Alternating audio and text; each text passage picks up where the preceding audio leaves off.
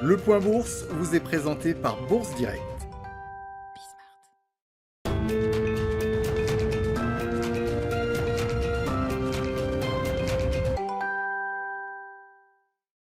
La tendance est toujours hésitante à la Bourse de Paris en ce début d'après-midi. La Bourse de Paris qui devra d'ailleurs composer sans les marchés américains aujourd'hui, fermés pour cause de jours fériés.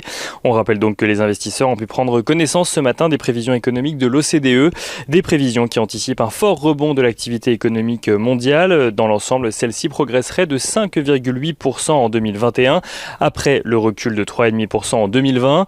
Pour l'année 2022, la croissance mondiale devrait continuer à être forte, de l'ordre de 4,4%, mais l'activité économique resterait selon l'OCDE à un niveau inférieur aux projections faites avant la pandémie.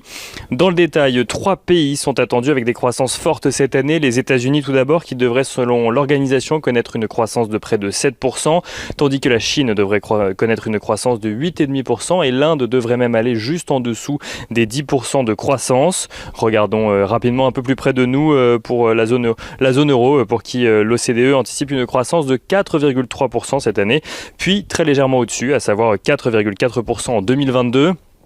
En France, la croissance est attendue sur des niveaux similaires à la croissance mondiale, à savoir 5,8% cette année, puis 4% l'année prochaine, au-dessus des prévisions faites pour l'Allemagne cette année, mais légèrement en dessous, où l'Allemagne repasserait devant. En France, toujours, Bruno Le Maire a de son côté déclaré ce matin que la France revoit à la hausse sa prévision de déficit public pour 2021, à savoir non plus 9% mais 9,4% du PIB, en lien avec les nombreuses dépenses de l'année 2020 reportées sur 2021 également.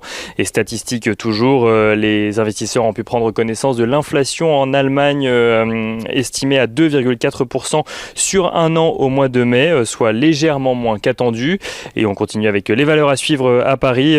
Eurazeo annonce avoir conclu un accord pour la cession de sa participation dans Planète, entreprise spécialisée dans les solutions de paiement. Une participation cédée pour un montant de 1,8 milliard d'euros au fonds d'investissement britannique Advent International. L'accord prévoit cependant que Eurazeo réinvestisse dans l'entreprise aux côtés du fonds afin que les deux groupes contrôlent l'ensemble de l'entreprise. Et on note également que Vivendi annonce avoir finalisé l'acquisition de Prisma Media auprès d'une filiale du groupe Bertelsmann. Le montant n'a pour l'instant pas été communiqué.